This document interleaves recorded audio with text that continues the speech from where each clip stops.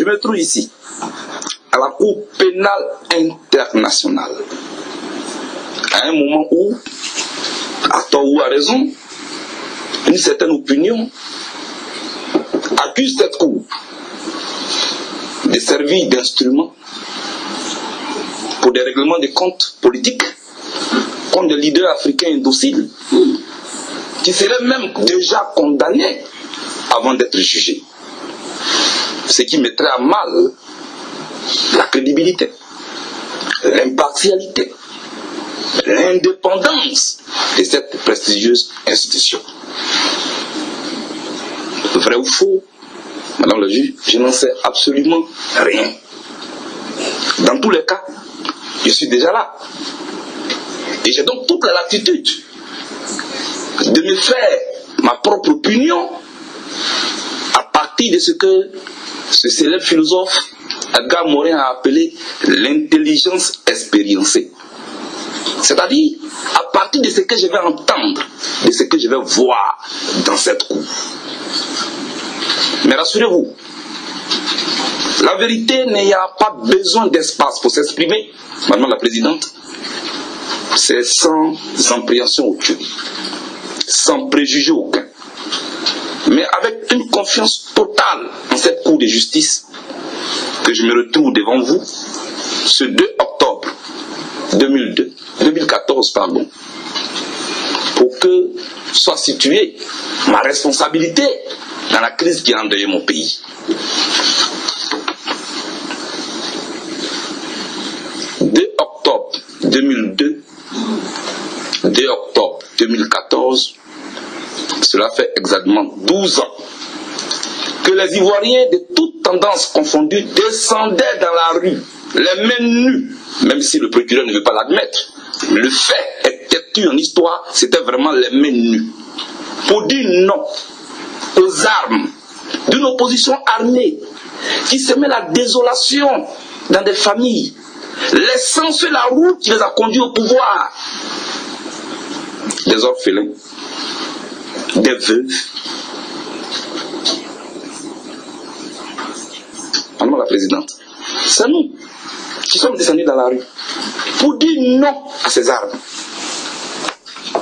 en 2002. Et simple coïncidence ou un signe du champ, mais c'est ce 2 octobre aujourd'hui que je me retrouve devant vous. Pour qu'on me traite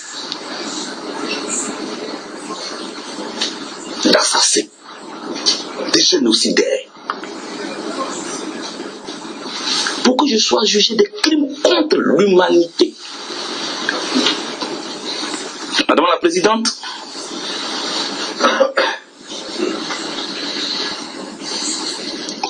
j'ai des précisions à faire. J'ai beaucoup de précisions à faire. Parce que cela fait plusieurs jours que je suis assis ici à écouter. Ce n'est pas facile, mais il faut l'admettre, ainsi va la vie. Ma première précision est la suivante. J'ai écouté ici, le premier jour, l'accusation dit Blé Goudé a dit qu'il a l'Éternel des armées. Madame la Présidente, vraiment, c'est ici à la haie que je suis en train d'apprendre beaucoup de choses. Donc, avoir l'Éternel des armées est un crime contre l'humanité. Je ne savais pas. Que font-on du fameux et célèbre psaume 23? L'Éternel est mon berger, je ne crains aucun mal. Ce n'est pas de moi, c'est dans un livre saint. C'est pourquoi on m'a amené ici. Donc tout ça, pour ça. Oh, pour la coupure de presse. Deuxième précision, Madame la Présidente. J'ai entendu le procureur dire, depuis la prise du pouvoir de Gbagbo en 2000, il avait un seul projet, comment se maintenir au pouvoir par tous les moyens, y compris la force. Non, non, non, non, non, non, non, non. Je suis assis ici, ce n'est pas vrai. C'est le contraire qui est vrai, et je vais vous expliquer. On ne peut pas tronquer l'histoire de la Côte d'Ivoire devant moi.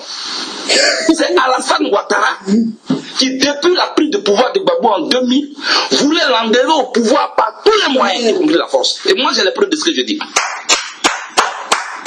Près de tentatives de coup d'État. De 2000 jusqu'à ce qu'on arrive à 2002, où Gbagbo Laurent devait être reçu par le pape. Le pape reçoit-il des assassins?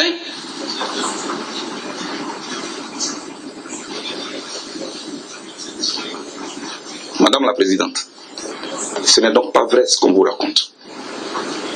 J'ai voulu faire